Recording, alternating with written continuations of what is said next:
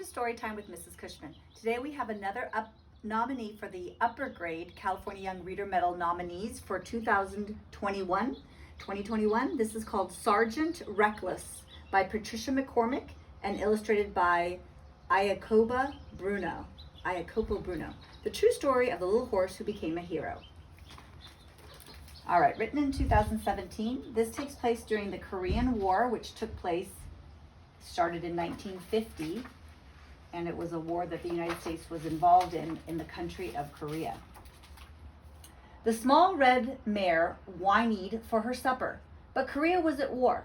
Towns were shattered, fields were scorched, and the racetrack was abandoned. No one paid attention to the hungry little horse. Nearby, U.S. Marines were exhausted from hauling heavy ammunition uphill to a powerful new cannon nicknamed the Reckless Rifle. That's when their leader, Lieutenant Eric Peterson, had an idea. What if he could get a mule to carry the shells? But all Lieutenant Peterson could find was a scrawny sorrel mare with a white blaze and 3 matching socks. She wasn't much, but she reminded him of a horse he'd had as a boy, so he took a chance on her.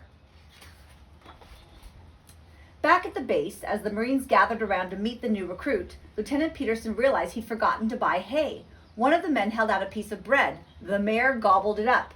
Then she devoured the rest of the loaf. Another man offered her some oatmeal. She licked the bowl clean.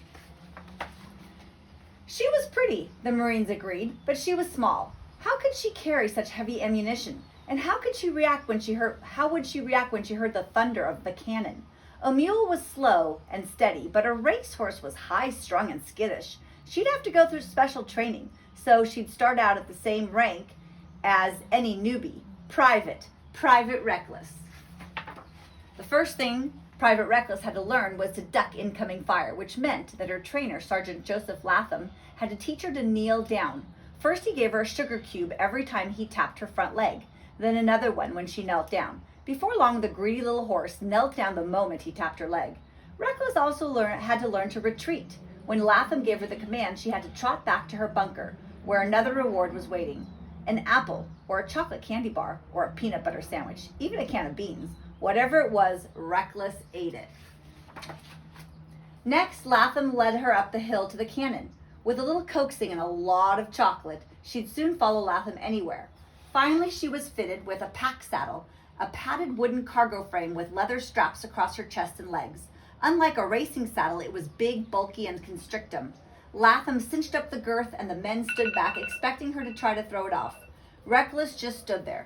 They loaded ammunition shells onto her pack and waited for her to buck. But she just put her head down and marched up the hill. Her reward that day was an ice-cold Coca-Cola. By now, Reckless thought of herself as a member of the company and was free to roam the camp. One morning, she showed up at the mess hall where the cook gave her an apple. She nudged his shoulder for more, so he offered her scrambled eggs and toast. From then on, she ate the same breakfast as the men and washed it down with a cup of coffee. After she figured out which bunk belonged to the cook, she'd clip-clop into his tent at daybreak and lick his face until he woke up and served her breakfast. The men began looking forward to seeing the little horse with a big appetite when they went to the chow hall. They had come to love her, but deep down they worried that when it came to a real battle, she might not have what it takes. One day, the Marines spotted enemy troops approaching. Instantly, they went into battle mode.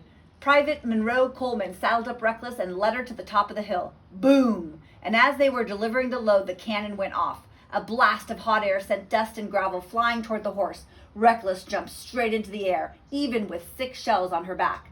"Easy, girl," Coleman said, stroking her mane. Boom! The cannon roared again. She jumped, but not so high this time.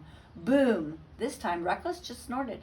By the next time the gun went off, Reckless was busy eating a helmet liner she'd found in the grass. From then on, Reckless was one of the guys. On cold nights, she snuck into Latham's tent and slept on the floor. And when the men played poker, she joined in. One night, she'd eaten about $30 worth of poker chips before they caught on. Reckless served in more skirmishes, but her most dangerous assignment came at the Battle of Outpost Vegas. That night, the men awoke to shells and white-hot flares falling right inside the base. Reckless trotted back to her bunker, trembling, and for the first time, she refused to eat.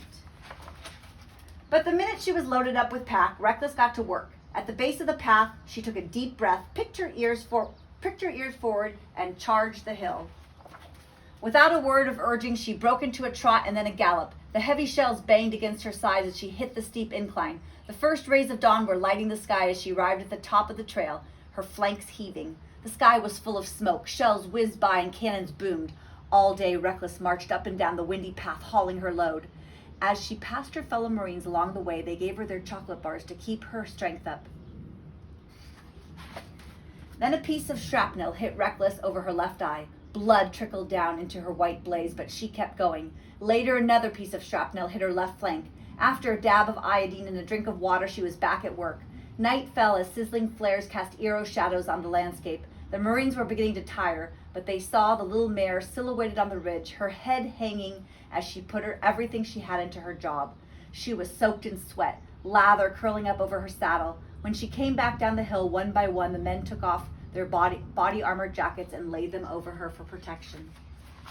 By the end of the day, Reckless had made 51 trips, gone a distance of 35 miles up and down the steep terrain, carried 9,000 pounds of ammunition. That battle helped change the course of the war. At last, there was a ceasefire and Reckless was able to rest. The Marines promoted Reckless to sergeant, and then they came one by one to say goodbye to the little mare who'd shown as much heart on the battlefield as any man among them. When they got home, they started a campaign to bring Reckless to the United States.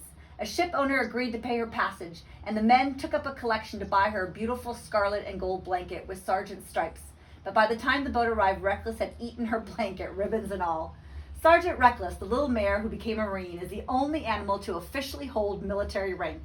She received 2 Purple Hearts and retired with full military honors and the rank of Staff Sergeant. Her story is a testament to the mysterious bond between humans and animals and the proof of the Marine Corps' motto, Semper Fidelis, ever faithful.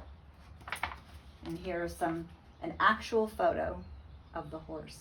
A ceremony in her honor. Reckless ate the cake and the centerpieces. I hope you enjoyed this beautiful book. It's based on fact, so it is actually a nonfiction picture book. Have a wonderful day.